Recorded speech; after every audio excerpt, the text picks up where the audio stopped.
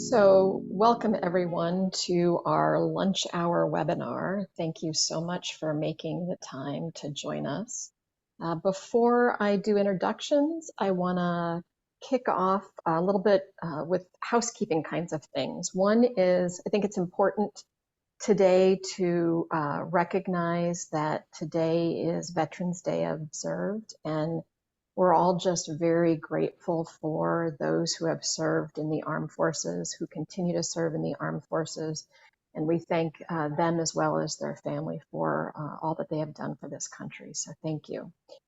I want to just let everybody know that we've actually muted everybody, all of the participants on this webinar as they've joined.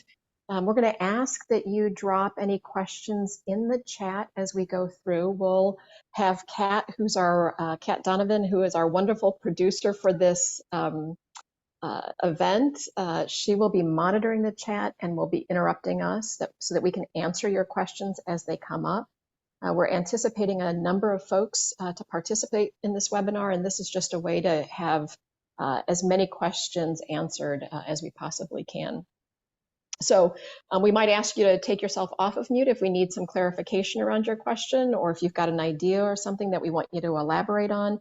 But if we just ask you to stay on mute, that would be terrific. And thanks, Kat, for all of your help producing this webinar. Have either your phones ready, or we are going to drop a link in the chat because we've got Slido questions, polling questions that we want to ask you to make this as interactive as we possibly can. So either have your phone ready so that you can scan the QR code that you'll see on the screen, or again, you can click on the link and it'll pop up a window where you're able to answer the Slido questions. So I'd like to kick things off now and introduce both myself, and then I'm going to turn this over to our other presenters to introduce themselves. My name is Judy Carabo. I am the Chief Collaborations Officer for Mission+Strategy.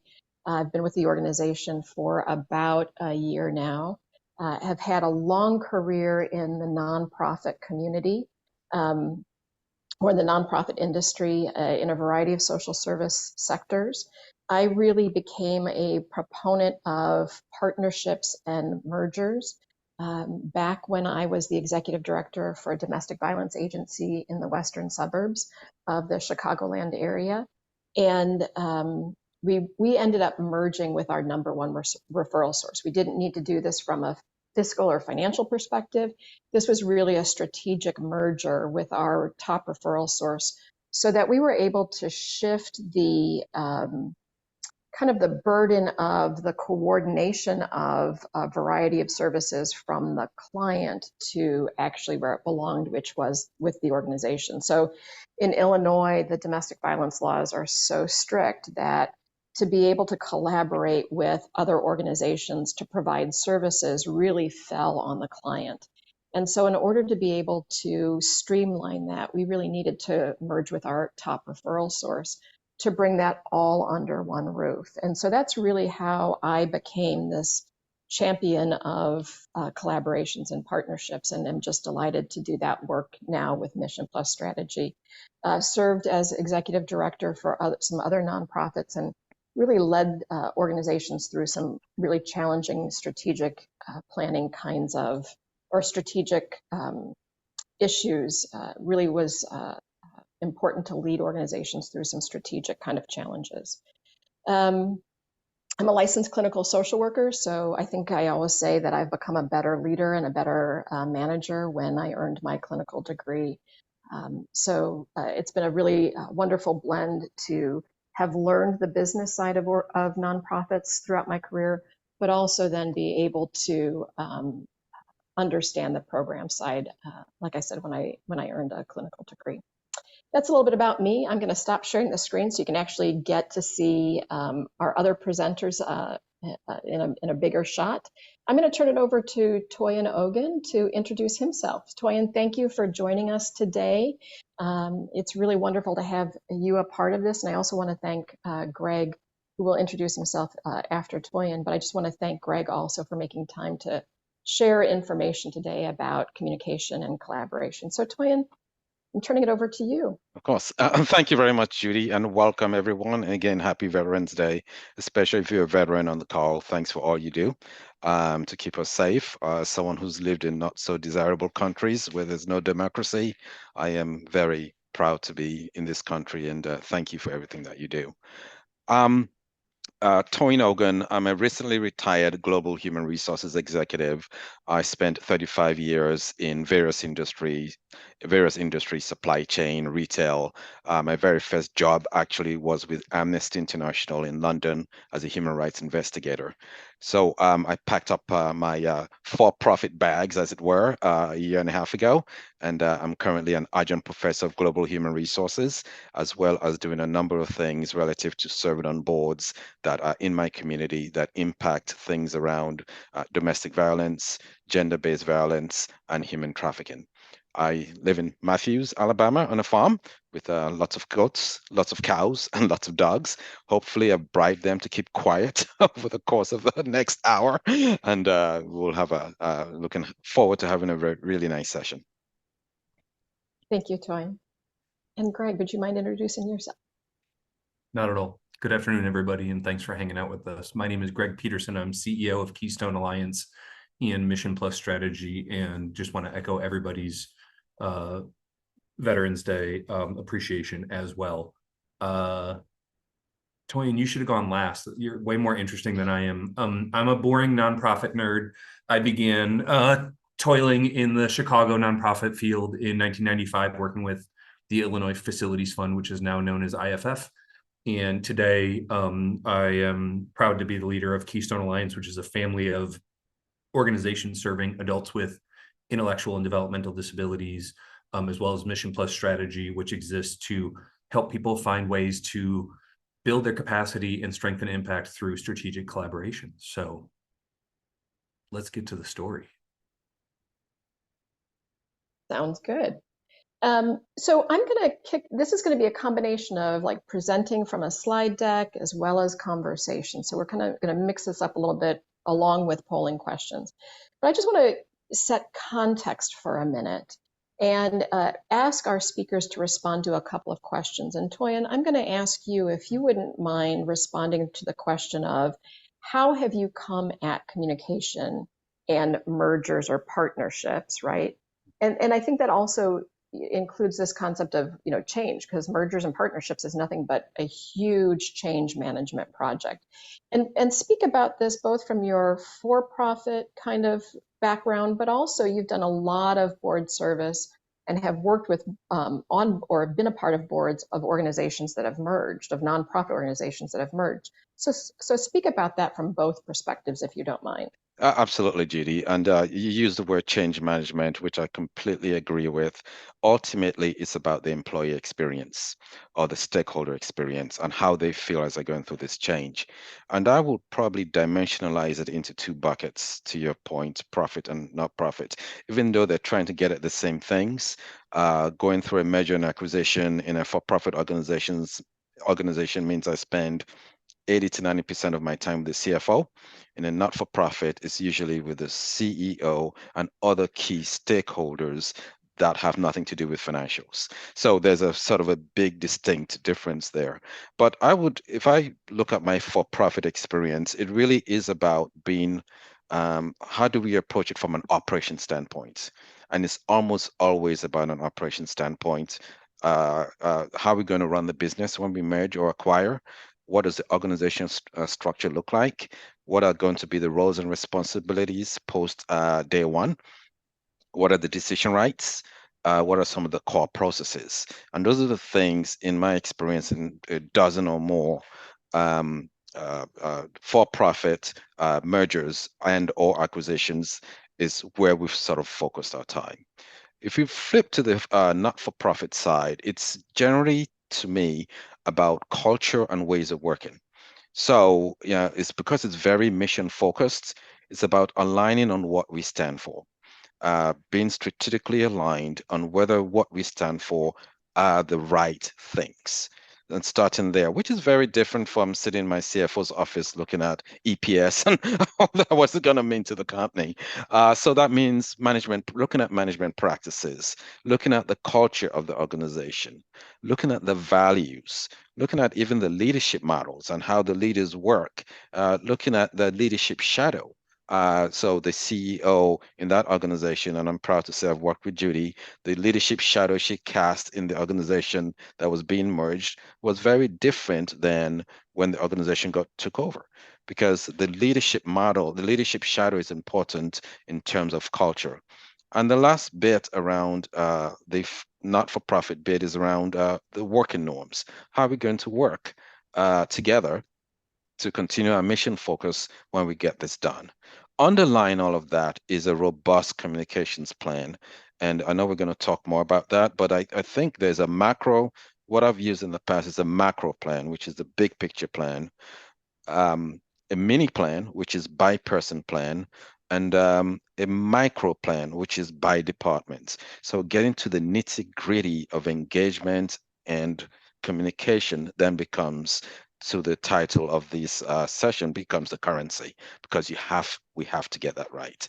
And I've got lots of stories where they've not gone right, where we've done things from a communication standpoint and it's just created the whole thing. Because once you get it wrong at the onset, it's hard to get it right at the end. Yeah. That's such a beautiful overview, Toy, and I really appreciate that. And I love it. And I actually have never heard the term leadership shadow, but just really love that term. I think that's an excellent term. Greg, I'm going to turn to you and ask you kind of like, what has been important with regard to communication? We're going to, again, keep this at that kind of broader context setting. But what's been really important to you about communications, again, in the context of mergers, or maybe even not, throughout your career? I think it all comes back, especially in the nonprofit context, to reminding folks of the impact we have the privilege of making on a daily, monthly, and annual basis, and anchoring so much of what we're communicating around that very point. We're going to talk a lot more about it today in the context of strategic collaborations and mergers, but that's the kind of anchor in the merger activity I've been involved with for all communications, where this is why we're here, this is why our potential partners here, and this is how we can tie things together. But I think regardless of whether you're collaborating or working on a project or just trying to share news with folks, tying it back to the mission and impact and the people we're here to serve has been a golden thread for the better part of 30 years. Yeah, yeah. Yeah, I purposely give you guys the hard questions to ask and then reserve the easy questions for me, right? The easy one is kind of what are the top 2 or 3 learnings? I get to be more concrete. You guys have to be more philosophical, which I think is a little bit unfair and a little bit harder to establish. You know, but going off of what both of you have said, I think to me the kind of over my 35-year career, the things that are really important are around alignment, and that's something that, you know, Toy and you spoke to directly, is this importance of alignment, and it's only through communication that you know you're aligned or you're not aligned, right? And it's a both the speaking piece, but we often forget about the listening piece and how important and powerful really deep, thoughtful listening can be for the whole process. And I think for me, you know, I learned that at a municipality that I was at, watching, and it wasn't something that I did.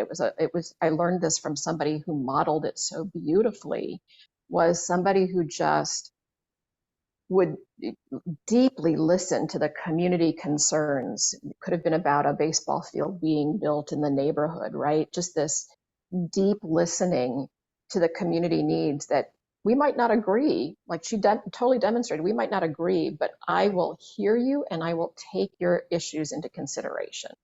And that was just really important insofar as the alignment piece. And then, you know, the impact piece that you talked about, Greg, I think this, like, remembering that above all, we are stewards of a community asset in the nonprofit world. It's not owned by you know, financial stakeholders or stockholders. It is an asset of the community. And how do we act in the best interest of the community that we serve? And how do we keep that always at the center when we're making these big strategic decisions. So you guys got a little bit of information about who we are. We're going to go to our first Slido polling question and get a little bit of a better sense about who is in the audience. So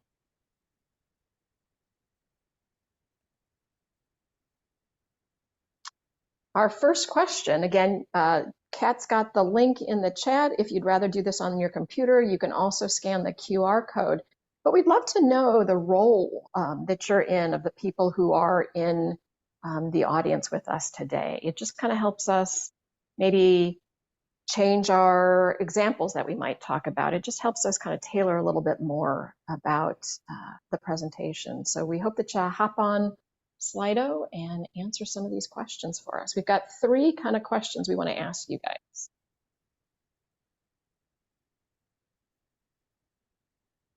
It's like waiting for election night polling results in a way almost, right? Or more exciting.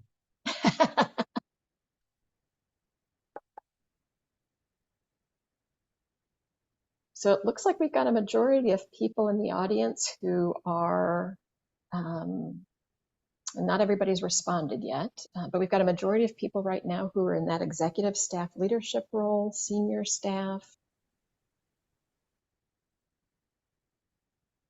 I'll just give it another minute or 2 for people to respond.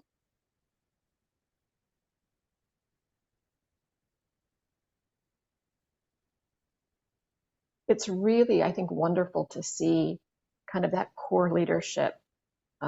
We've talked about this a lot, Greg, around this working on the business work versus working in the business. And it's really neat to see people take time like this, which I consider as working on the business. What's the strategy of how you're working and not like exactly the tasks at hand. Okay, if it's okay with everybody, I'm going to move on to the next slide.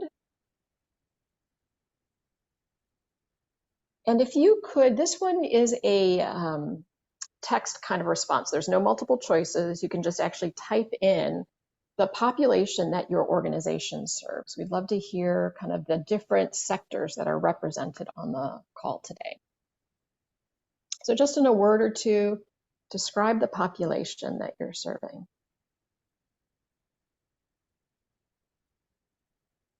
You should have like music play while people respond to the polling question.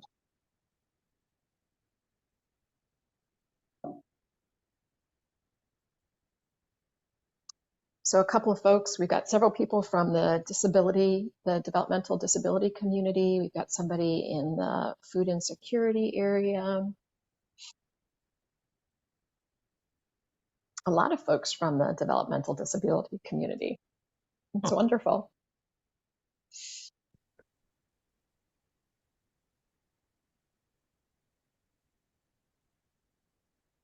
And again, I'll just give it a couple of more minutes for people to be able to respond.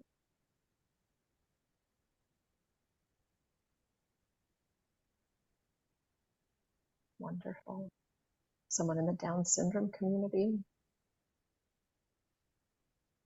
Okay, and then the last question we'd like to ask is, and again, this is a narrative kind of response on your part. What takeaways would you like us to make sure we address? What kind of takeaways do you have that you'd like to see achieved in this time together in this workshop? I think it's really important that if you're spending time, which is a valuable resource, that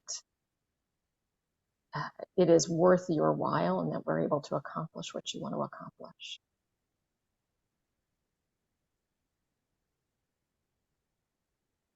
And if I had a decent singing voice, I might be breaking into song right now, but that would actually mean if I did that, people would be leaving our webinar. Same here, Judy, same here. Greg, how is your vocal quality? Yeah, no. That's a hard no. I will communicate very clearly that is a super no.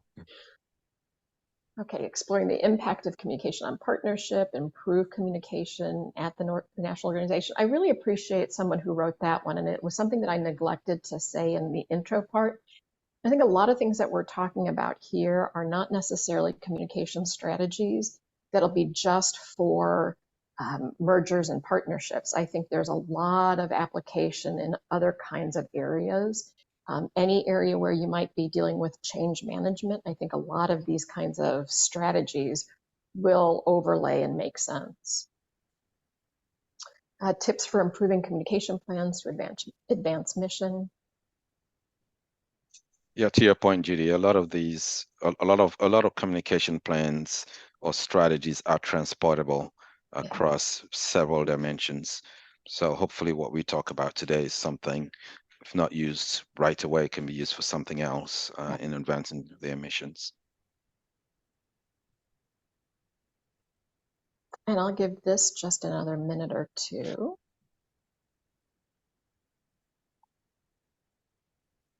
Make sure everybody has an opportunity who wants to respond can. Okay, well, if it's okay with everybody, I'm going to move on to the next slide and really kind of kick off the content part of this. And I do want to, well, first of all, thanks everybody for responding to the surveys. I really appreciate it. And if you notice, we'll have some questions later on. If you notice, nobody's name shows up. So these surveys you're responding to are anonymous. So we're going to ask you to be very honest in the coming slides or the coming polling questions.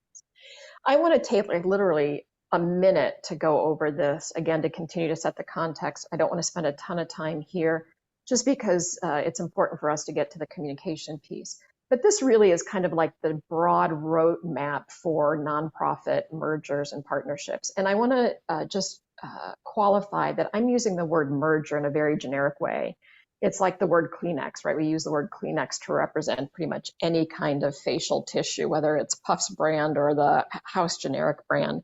And so when I'm saying mergers, it's really like this kind of generic term for a variety of kinds of partnerships. And so that can be anywhere from, we're going together on, a joint application for something, for a grant, all the way to an actual organizational merger like the one at the organization that I was at. So readiness is really around how your organization is getting ready to do a partnership. And in this phase, it's going to be things like, is your board ready? Are they like mentally ready to do this? Do they have the education to do this? What about the executive director and the staff? Are you prepared to go down this journey? It's also around identifying what your strategic goal is, really to know if the partnership strategy is the right strategy to achieve that organizational goal. Your organizational goal should really drive your solution, not the solution drive the goal. And a strategic partnership is just one solution possibility. So the readiness piece is being clear about your organizational goal. It's also beginning to identify the criteria of what would make a good partner to achieve that goal. Then you kind of have this go, no-go point, and that's this decision on, are you going to begin this journey in this process? And the next phase you move into is partnership exploration. That's where you've identified a particular partner that you want to begin to explore. Is this the right partner? And usually what happens in this phase is doing some kind of feasibility analysis. It's beginning to uncover those big rocks of what might be those big obstacles that would keep us from continuing this conversation, or what are some of those things that we're seeing are going to be these wonderful benefits if we continue this conversation. At the end of this partnership exploration piece is a no-go, no point. It's a letter of intent. It's a non-binding board decision typically. And then you go into partnership planning, and this is where you're doing more of the detailed kind of work. You're really developing the criteria for what this specific partnership is going to look like. So whose HR system is going to come to the surface, or you like be the one that you're going to use, or what fundraising platform are you going to use, or what's the benefits package? those details begin to take shape in the partnership planning section. And again, there's typically a facilitator that helps guide organizations through that process. It ends in an MOU, or a memorandum of understanding. That's your next go, no go point. Again, non-legally binding. The organizations then enter into due diligence. So you're really doing the kind of fact finding, trying to uncover any kind of potential liability or risk with each organization. And then that's where you move into the final go, no go point, which is your closing documents. And that's a legally binding decision by the boards that you're going to actually do a merger. And then you go into this integration. How do you begin to blend the two cultures? So that's the like 50,000 really quick view of the partnership process. And I want to overlay that this is all about change. You're moving through this in kind of a very methodical way. You're moving through change in this methodical kind of roadmap. But there's this kind of overlying change management curve that I think is important to highlight. And I want to turn it over to Toyin to be able to highlight that. Thank you, Judy. I believe everyone has heard of Elizabeth Kubler-Ross and the notion of going through, if you would, some sort of personal, usually catastrophic change. And in some of these partnership mergers and or acquisitions that I've been involved in, it generally follows this model. And I thought I'll personalize it a bit with something I was involved in while I was in South Africa that literally follows this model. And it was, we found out that we were going to be acquired by a rival bottling company. Frankly, it was a bottling company that we hated. So this would be the equivalent of UPS taking over FedEx. So no love lost. So as you can imagine, it was shock, denial, going right into anger and fear. Are they going to lay everybody off? Are they going to, get rid of everyone? We're going from status quo to something that could be fairly disruptive.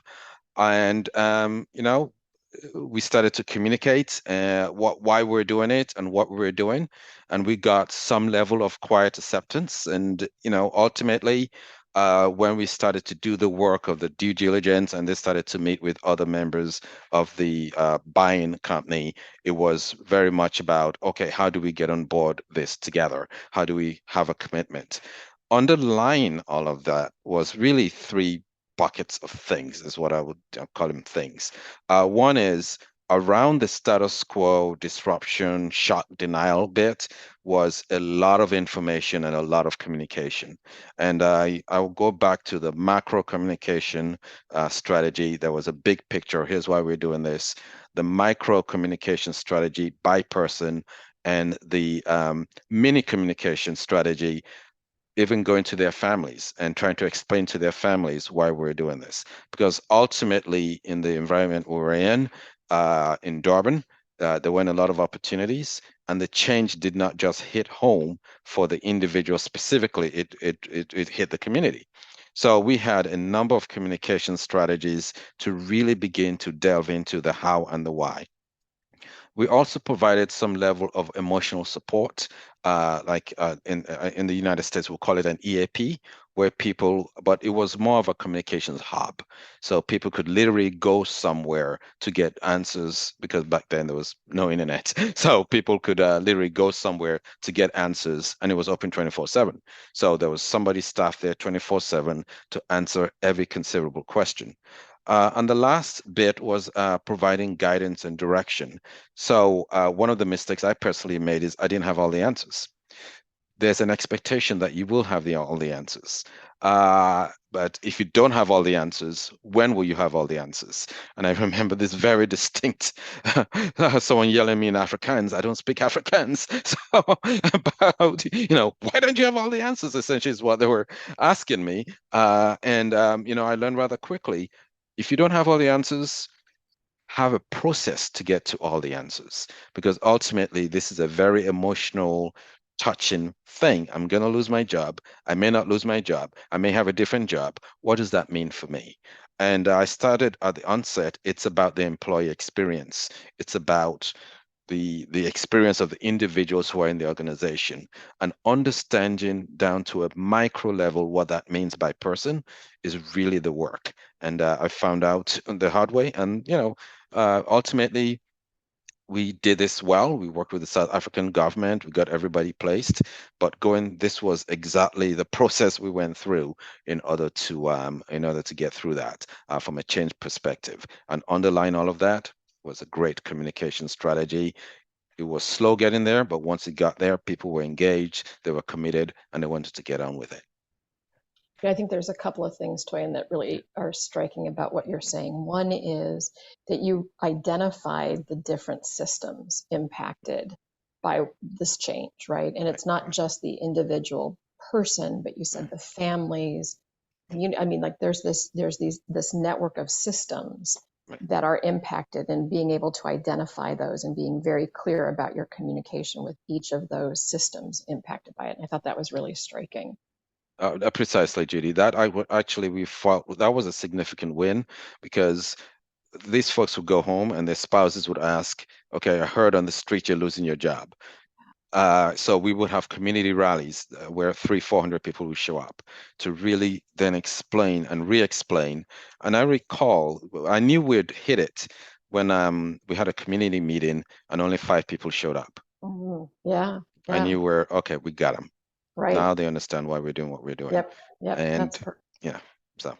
And I think the other thing too that you were talking about is we have to recognize that people are in this space of uncertainty, right? When you were talking about somebody's job potentially being eliminated in a merger, and are you going to be employed? Like there's only so long we can live in this space of uncertainty. And the more information we're able to share with folks, the greater that reduces that sense of uncertainty.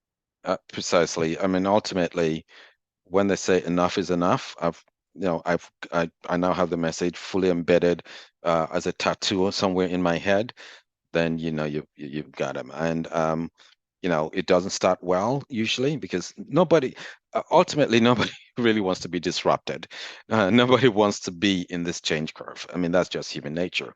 But once you're in it, beginning to have a different strategy for each component of the change from a communication standpoint becomes really important.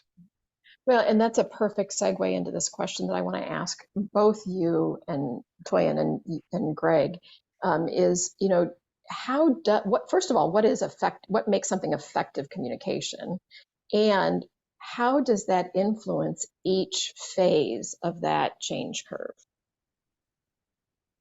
And I'll let you guys decide.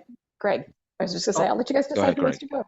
Well, at a really basic level, to me, effective communication means the receiver is getting the information they need. So to Toyin's point about it being tattooed and people like, I've got what I need to know, that's the sign of success. And I think, the challenge that we experienced when we formed Keystone, it was 2 large organizations coming together, and there were so many technical details that were really important to us as the team going through it that people didn't really care about.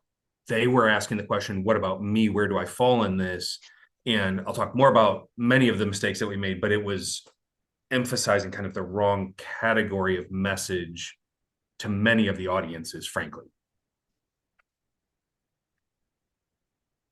Yeah, Greg, that the notion of what about me cannot be underestimated, because ultimately, doesn't matter that they've been with the company 20, 30, 15, they're very mission focused, they want to do all the right things. Ultimately, it's about, okay, I have a family, I have a partner, I have, what about me? And really knowing and understanding that at a fairly profound level, it can be surface.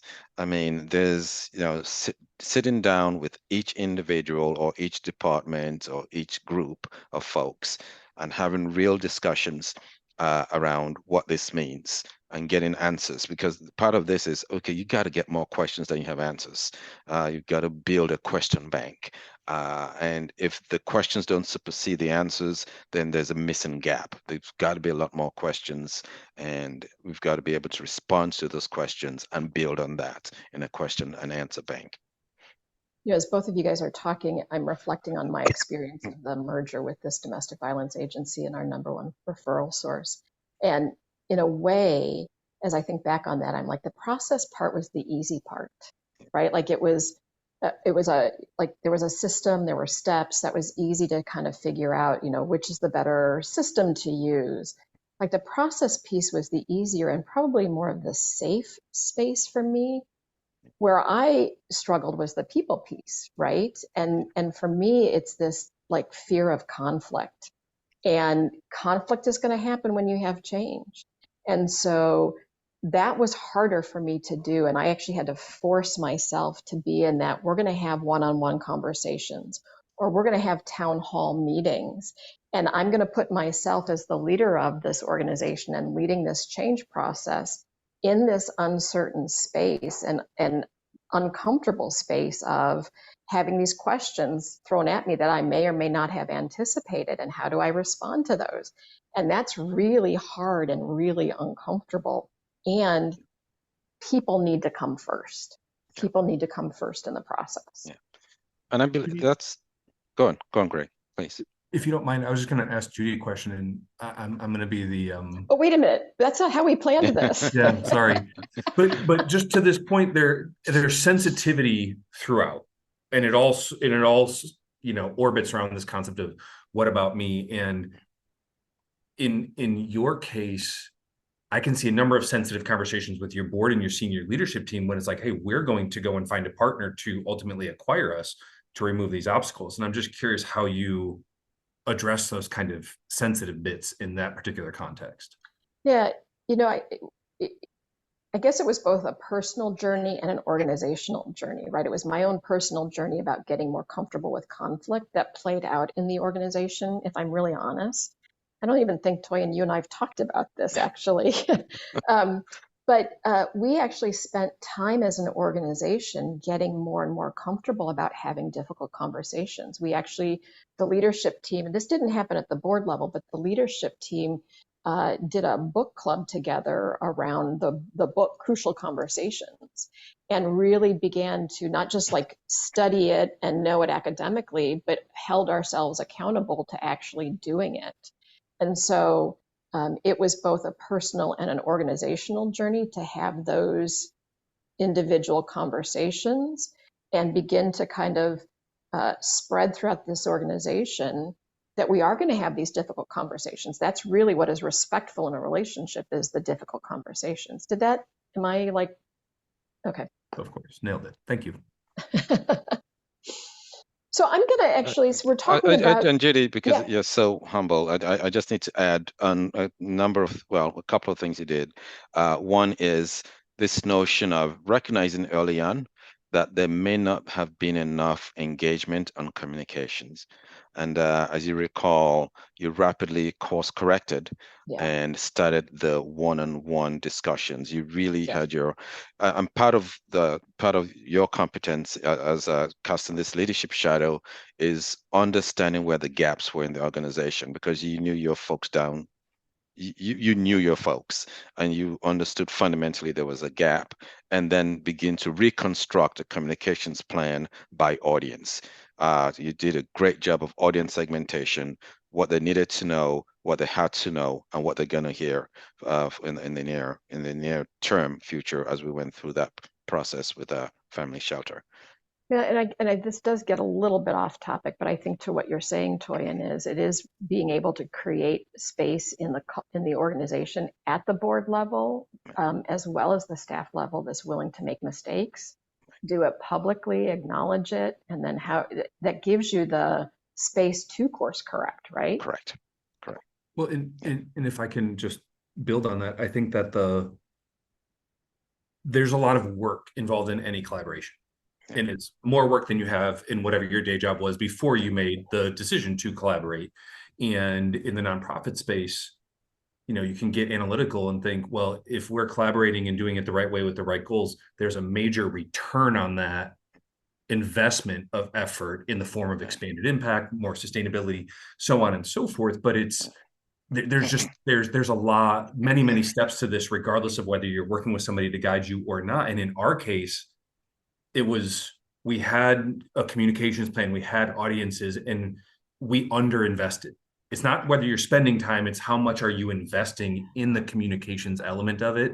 And just to be super frank, and there's a couple of folks from the Keystone team on here who could probably thumbs that up or down, but I think if I had to do all over again, we would have invested significantly more time on the communications aspect of the integration. I think that's a great discernment, right, between spending and investing. Absolutely. Yeah. So to the participants on this webinar, you've heard us talk about kind of like where we think we've done well, kind of at a high level, as well as where we have made mistakes and what our weaknesses might have been. We're going to turn this into another Slido question or two with you guys. So get your either phone ready or your click on the link. The Slido question, let's see if I can pull it up. The next Slido question, and again, we want you to be as honest as you can be with yourself. You're not going to be identified, but be really honest with what do you think are your top 3 communication strengths or key attributes that you have. And really just give yourself a moment to kind of reflect and think about that. The next slide we're going to ask you is, what do you think your challenges might be?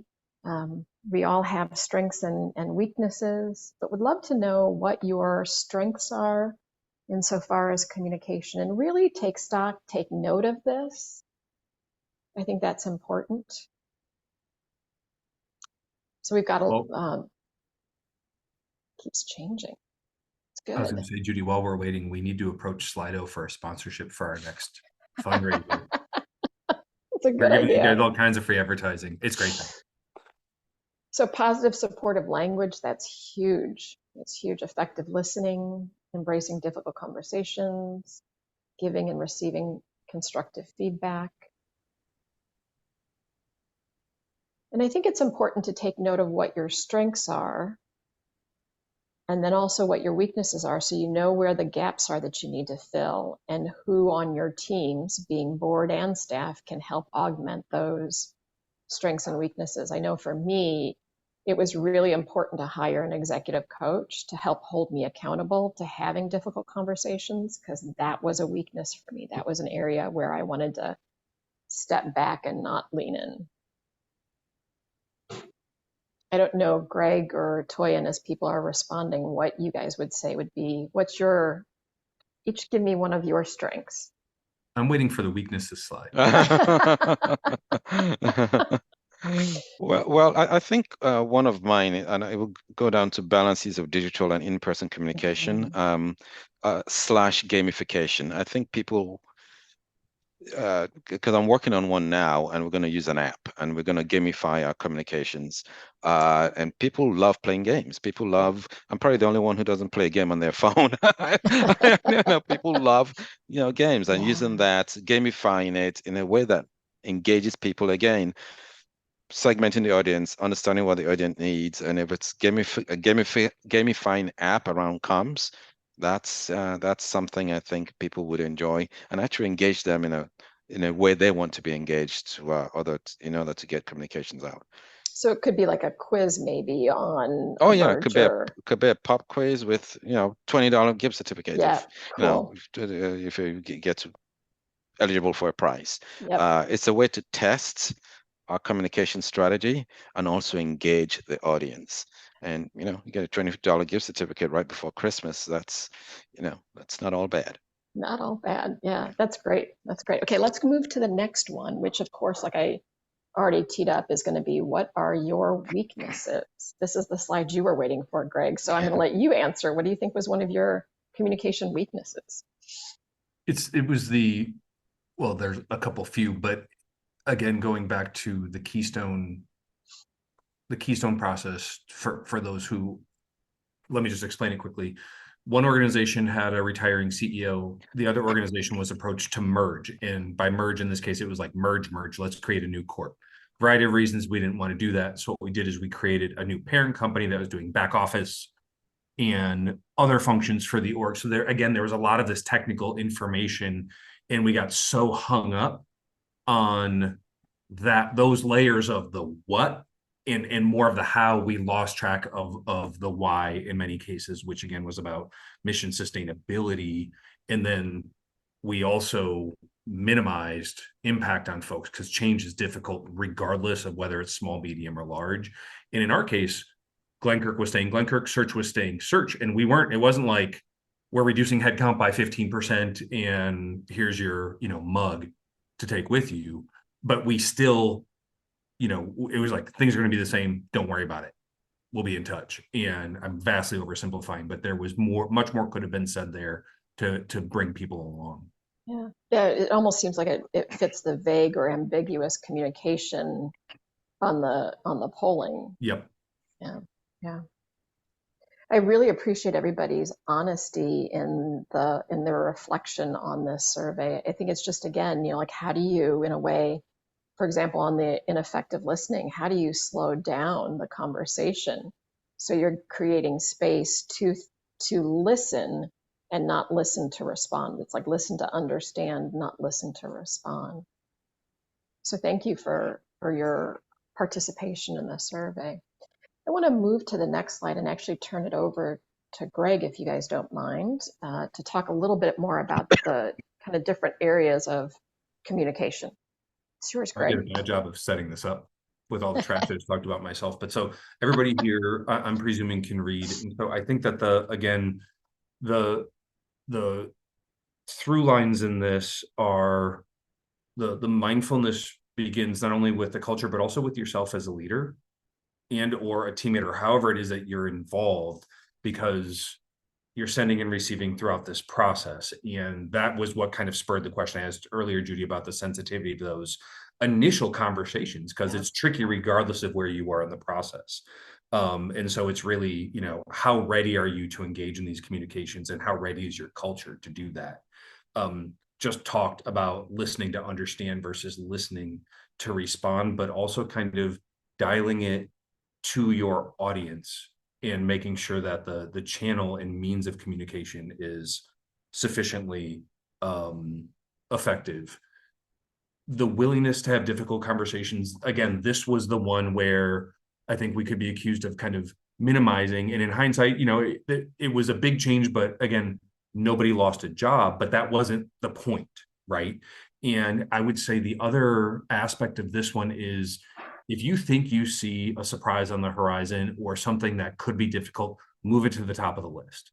We are humans. We tend to want to avoid those conversations that will create friction or disharmony, but especially in a collaborative context, getting those on the table, first of all, could have a significant impact on whether you go or not to the next step of the process. But it also builds the relationships and builds trust when it's done in a meaningful way, so that you have more strength when surprises occur further downstream. And then frankly, the examples that Judy and Toyin shared of their experience are just a wonderful example of being strategic in your communications, and just, again, really thinking about what do we want people to walk away from this? How do we make sure it lands in the right way? And the one thing I'll say about that is, as well as a group of leaders on this webinar, it's probably likely that you'll be in on this information before other groups of folks. And so it's, regardless of where you're, getting the on-ramp to the collaborative roadmap, they're making sure that you're spending the time to bring people along to catch up, because you've probably had more time to think about it, depending on whether it's technical and complicated or not. Still a massive change. And it's, again, investing that time to make sure that everybody can be comfortable with where they are on the learning curve about this. And again, what does it mean for them? Just if I may real quick, Greg, I think that speaks to Toyin's point earlier in this webinar about the alignment and how do you get those different levels of knowing or knowledge Yep. to align over time. And I think that's one of the important kind of goals for communication is how do you get these to all align over time? Absolutely. And one other thing that's just, it's kind of a theme throughout these, and I don't know where we are on slides, but you're welcome to stop sharing if you'd like, Judy. But like the instinct as a human to get into the or proposition of collaboration, somebody's winning, somebody's losing. Yes.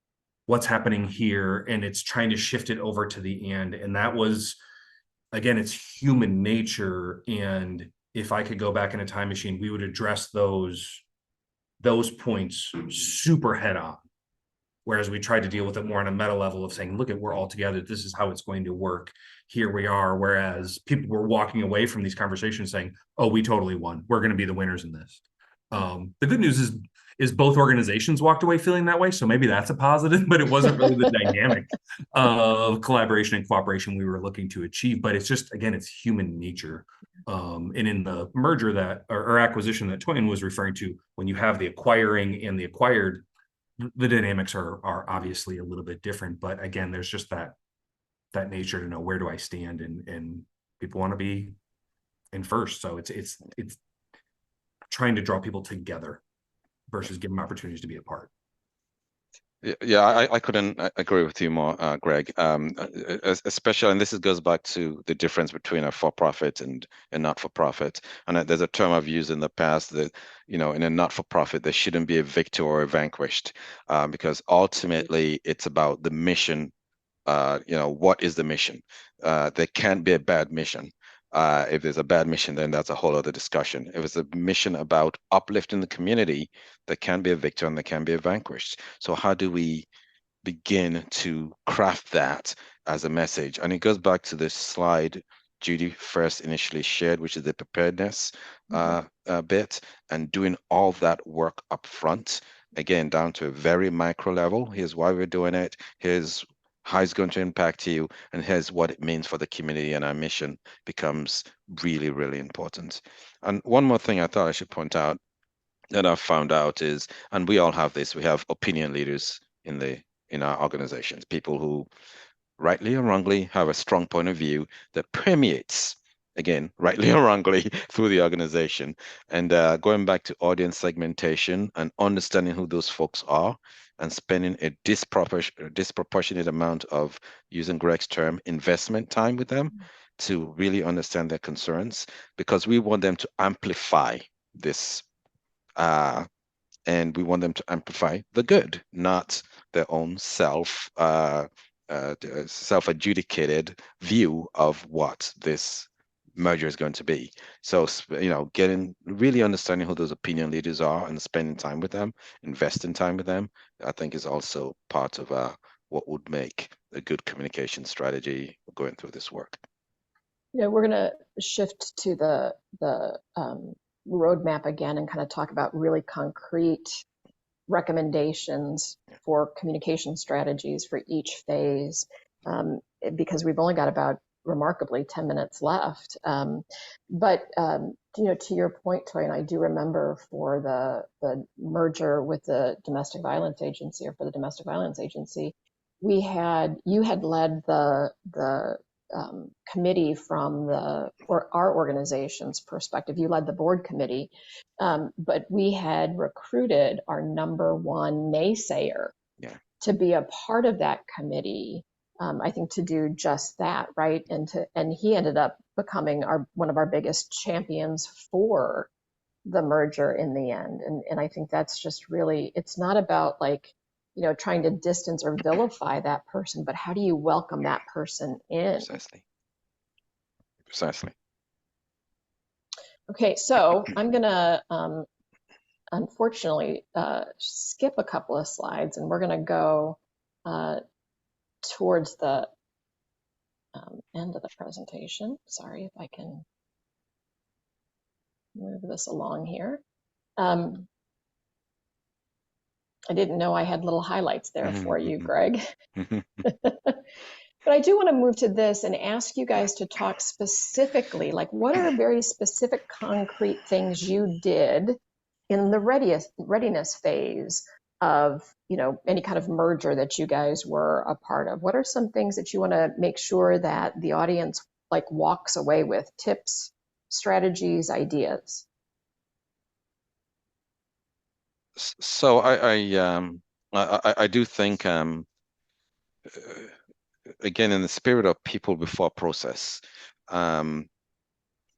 getting really clear on what the message is and having a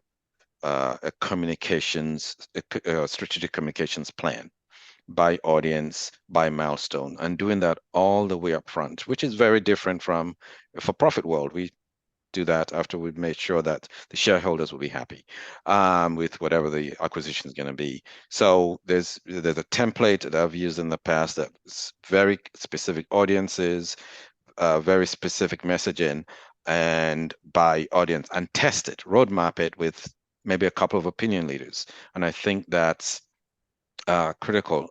Just something else I'll quickly add is the use of AI.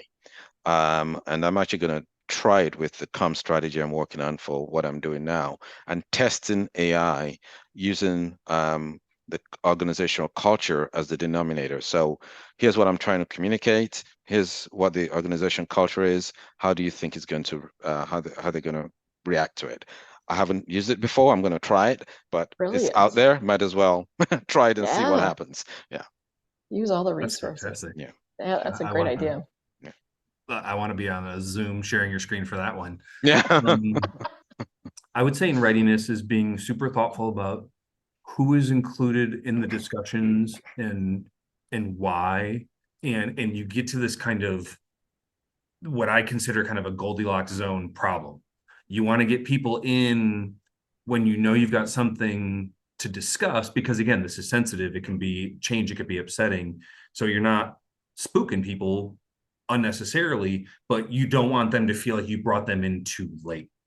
And so I think in the readiness phase is being thoughtful about not only the timing, but also kind of the circles of teammates. Because I think of this as kind of like an internal process. And okay, guys, like, what are we thinking about here? Is this aligned with our strategic plan? Having some board discussions and things of that nature. Yeah, so I think for both of you, it sounds like really being able to identify not just the plan, but also the stakeholder groups that need to be considered throughout the whole process. Absolutely. Yeah. Absolutely. So the next part is partner exploration. So what would be some key strategies for partnership exploration? I might jump in and start this off and just say that I think one of the things that might be really important is, and I remember that we did this, is kind of setting those guardrails. We know that we're going to get into conflict and there's going to be challenging moments through this whole process. So how do we want to be together, right? How do we want to be together as our own kind of organization? And then as we explore with the other partner, how do we want to be together with the partner as we go through this process? So I think setting those guardrails, some people call them ground rules, other people call them rules of engagement. I think being really clear about those up front is really important.